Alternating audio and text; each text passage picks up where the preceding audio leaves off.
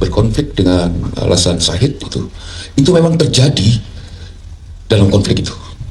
Jadi Pak Pendeta katakan, itu memang benar-benar terjadi dalam realitas itu. Nggak usah jauh-jauh lah. Saya pun sendiri berani kemana-mana karena saya yakin waktu itu saya pasti masuk surga. Itu dia. Dan banyak orang waktu itu ya minta didoakan. Dan banyak orang waktu itu ya minta didoakan. Dan kami pakai jubah dan mendoakan mereka karena mereka yakin bahwa membunuh orang dan terbunuh pun akan masuk surga. Itu yang terjadi pada waktu itu. Halo kaum intelektual, wow, gila. Saya terkejut nonton video barusan. Wow, gila. Ternyata yang terjadi di Poso itu jauh dari yang kita pikirkan ternyata guys. Wow, gila. Bayangkan ketika ada orang perang, baik agama Muslim dan agama Kristen, menurut keyakinan atau menurut dugaannya, ternyata mereka juga minta doa. Wow, agak mirip-mirip seperti perang salib ya. Gila. Luar biasa ya. Nah yang jadi pertanyaan, kenapa bisa seperti itu? Apa alasannya? Kemudian kenapa baru-baru ini Pak Yusuf Kalla lagi sibuk bikin konferensi pers gitu? Setelah pulang dari Jepang langsung memberikan konferensi pers gitu. Lalu dia bertemu dengan pendeta asal Poso waktu terjadi konflik. Nah, yang jadi pertanyaan, apakah ini benar atau tidak? Apakah ini bisa dipercaya atau tidak? Apakah ada bukti ilmiah atau tidak? Jadi, menurut keyakinan saya, kejadian yang terjadi di Poso ini tidak sesimpel yang kita pikirkan, tidak segampang yang kita pikirkan. Mohon maaf bagi teman-teman Kristen yang tidak memojokkan agama Kristen di sini ya. Mohon maaf sebesar-besarnya. Mungkin ini adalah semacam oknum bagi orang Kristen gitu. Karena Kristen itu kan setahu saya itu tidak mengajarkan yang namanya jihad ya. Tapi kenapa ada yang minta doa gitu ya sebelum berperang? Itu kan yang jadi permasalahan menurut keyakinan pendeta ini. Ya kan? Kenapa harus minta doa? Itu yang jadi permasalahan. Seolah-olah ya pendeta itu merestui perang. Harusnya kan pendeta itu kan ngomong gak usah perang, ya kita damai aja. Ya itu nanti akan jadi masalah gitu. Harusnya kan seperti itu ya. Nah, yang jadi pertanyaan, kenapa kejadian yang ada di Poso ini sangat-sangat membekas? Kenapa? Apa alasannya? Kemudian selain itu, ya, kalau saya perhatikan itu, kejadian-kejadian seperti ini akan terus berulang. Karena apa? Karena ada satu hal yang jarang kita sadari. Dan ini juga bisa menimpa siapapun, menimpa keluarga kita, menimpa teman kita, menimpa saudara kita. Siapapun bisa menimpa. Apa itu? Nanti saya akan bongkar ya. Kalau saya bongkar ini, pasti banyak nanti orang kejang-kejang kelonjotan berjamaah. Kemudian, kalau Pak JK ini tidak merasa bersalah, kenapa dia sibuk klarifikasi ya kan? Klarifikasi sini, klarifikasi sana gitu ya. Ya biasa aja gitu, jangan terlalu marah-marah gitu ya, jangan emosi gitu, jangan emosional gitu. Nah yang jadi pertanyaan, kenapa Pak JK ini terlihat emosional? Apakah ada sesuatu hal yang ditutupi? Apakah ada udang di balik bakwan? Apakah Pak JK ini sebenarnya tidak bisa dipercaya gitu? Bagaimana fakta yang sebenarnya? Jadi di video ini saya akan bongkar sampai ke akar-akarnya. Saya akan berpihak di video ini. Saya akan bongkar suatu hal yang jarang dibongkar. Kalau saya bongkar ini pasti banyak warga Konoha nanti yang kejang-kejang kelonjotan berjamaah. Apa itu faktanya? Faktanya adalah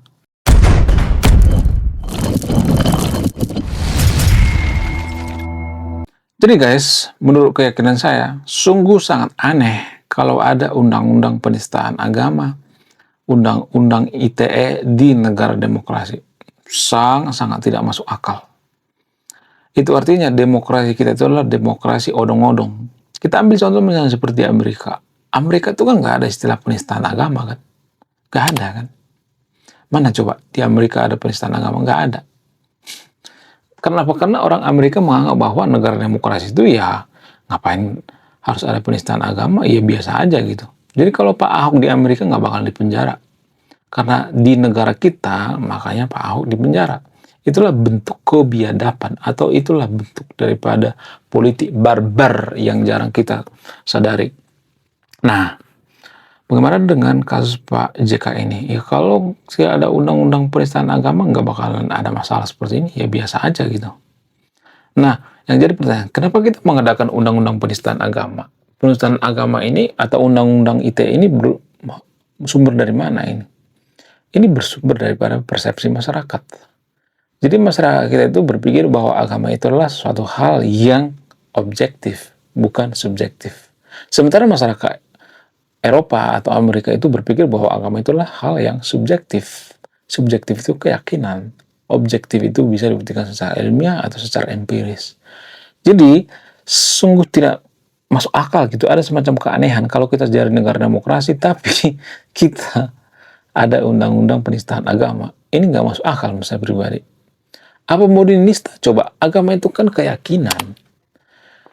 Emang kalau kita misalnya nih yang mengkritik keyakinan orang lain gitu, emang itu bisa melukai orang lain gitu? Enggak kan?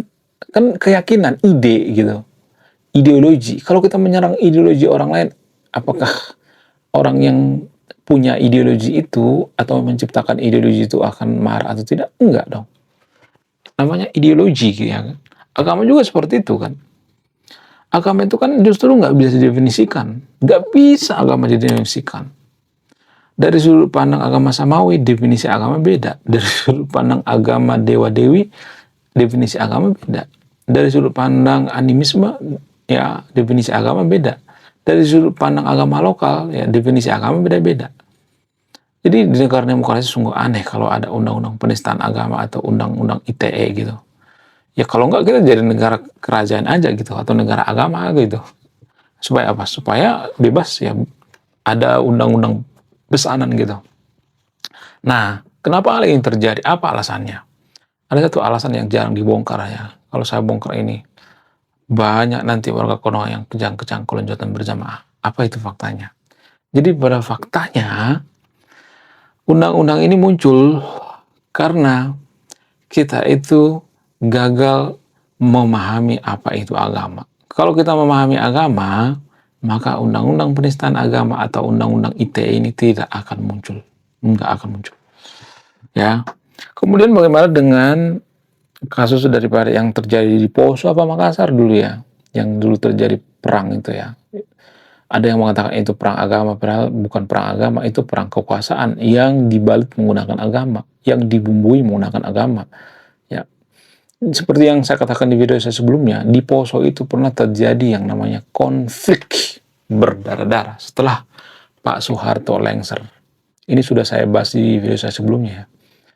Jadi pada saat Pak Soeharto lengser, ada semacam vacuum of power atau kekosongan kekuasaan, terutama di daerah-daerah. Nah, pejabat-pejabat yang di daerah-daerah ini, mereka pengen berkuasa. Sementara di Poso itu, umat Kristen dan umat Muslim 50-50. Ya, saat itu yang menang itu adalah umat Muslim. Sehingga ada semacam kecemburuan sosial gitu. Sehingga apa? Sehingga ribut berantem. Dari situ tuh awalnya. Dari pemilihan bupati. Jadi, tanpa kita sadari, banyak masalah itu ditimbulkan karena perebutan kekuasaan. Sama Ahok misalnya. Ahok bisa dikatakan perebutan kekuasaan jadi gubernur di Jakarta. Nah, apa yang bisa kita petik dari masalah ini? Yang kita petik itu, ya ada sekelompok tertentu yang bawa-bawa agama. Ya, seperti kalau Ahok dulu kan bawa-bawa agama ya. Bahkan ada nenek-nenek yang tidak disolatin karena mendukung Pak Ahok gitu. Itu sangat-sangat biadab sekali gitu. Padahal kalau boleh jujur ya ketika mereka misalnya menjabat nih jadi bupati, jadi gubernur, jadi apa segala macam, kita kan diabaikan ya. Ya kita kan ditinggalkan gitu. Ya enggak sih? Kita dikucilkan gitu. Ngapain? Ya kan? Ngapain kita bela mati-matian pejabat? Jadi ini kebodohan menurut saya pribadi. Kalau kita membela mati-matian misalnya nih ada perang misalnya nih ya. Perang antar umat beragama, tapi awalnya itu karena berebutan jabatan misalnya, ya jabatan bupati misalnya. Ini menurut saya ketololan yang paling hakiki gitu. Kenapa saya mengatakan seperti itu? Apa alasannya? Ya kalau mereka menjawab, pasti kita kan ditinggalkan juga gitu. Ngapain kita harus repot-repot gitu? Ngapain kita harus mati-matian mendukung gitu? Ya kecuali kita keluarganya, ya bisa aja gitu. Tapi keluarganya juga, menurut saya pribadi, kalau dibela mati-matian itu terlalu berlebihan ya. Sama hal dengan Pak Ahok ya. Saya tidak berpihak pada Pak Ahok di sini ya. Pak Ahok versus Pak Anies. Sekarang mereka sudah rangkul-rangkulan. Mereka kan sudah baik-baikan ya. Bahkan ada isu yang mengatakan bahwa Pak Anies itu akan dicalonkan oleh PDI Perjuangan. Tapi yang ada apa? Yang ada Pak Anies itu malah tidak dicalonkan. Karena apa? Karena berpotensi terjadinya konflik. Jadi Pak Anies itu jadi sengkuni ya di kono. Kemudian ya selain itu Pak Ahok juga kan banyak ditinggalkan pengikutnya itu karena dia menikah lagi kan. Dalam agama Kristen itu nggak boleh ya seperti itu. Saya juga tidak mendukung Pak Ahok di sini ya, tapi itu namanya etika gitu. Karena dia diperjuangkan oleh istrinya sendiri, yaitu Mbak Veronica Tan gitu. Sampai ke titik nadir penghabisan. Harusnya ya Pak Ahok itu nggak usah nikah ya. Ya berjuang aja gitu ya, istrinya yang lama gitu ya. Jangan ada istri baru gitu. Jadi ini semacam keanehan menurut saya pribadi ya. Kita tuh jangan terlalu fanatik terhadap sosok atau figur tertentu, nggak boleh. Kefanatikan kita tuh akan dimanfaatkan. Jujur saya nggak ada benci sama Anies, nggak ada. Nggak ada benci sama sekali. Dulu mungkin saya ya sangat dipengaruhi oleh figur-figur atau tokoh-tokoh tertentu gitu ya. Kalau sekarang ya enggak. Kita belajar dari masa lalu deh ya. Dulu ada Armando bela mati-matian Pak Jokowi ya, kemudian jelek-jelekin Pak Prabowo gitu ya, dugaannya ya. Tapi kita lihat sekarang apa?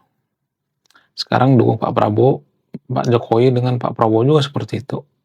Jadi it's all about perebutan jabatan. Ya, pada saat kasus Ahok juga kan sempat ada bentrok, pengen ya ada semacam narasi bentrok antara agama Kristen dengan agama Islam kan. Cuman diredam gitu.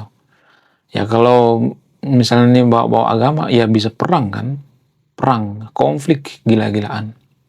Nah, ini ada pertanyaan. Ya, gimana solusinya? Ya solusinya itu jangan terlalu fanatik. Terhadap siapapun jangan terlalu fanatik.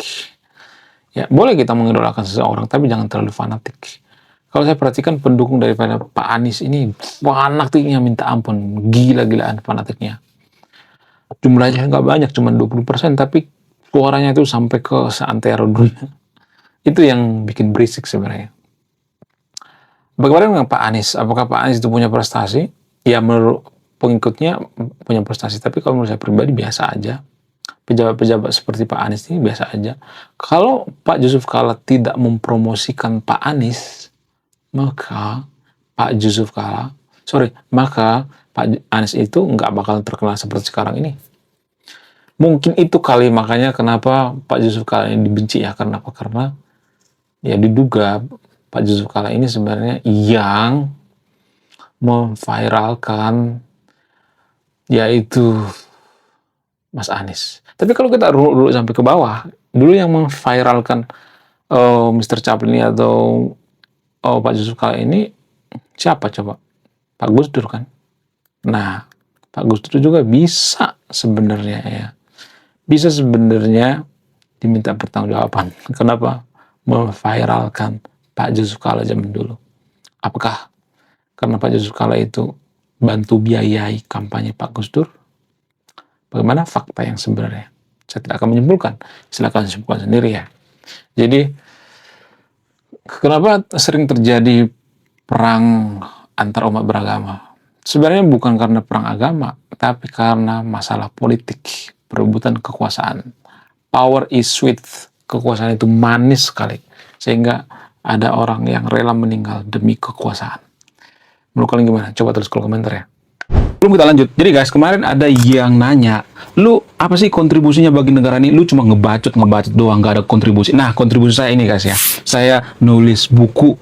Riset saya ini bertahun-tahun guys, kurang lebih 5 tahun. Jadi biaya yang saya keluarkan untuk riset buku ini puluhan juta. Namun, saya jual buku ini di bawah 100.000. Gambaran daripada buku ini tentang sisi gelap daripada pemuka agama yang ada di Konoha. Bercerita tentang culture, sisi-sisi gelap politisi, ya, dan lain sebagainya. Oke guys, sekian video ini. Terima kasih sudah memahami. Saya kaum intelektual. Salam para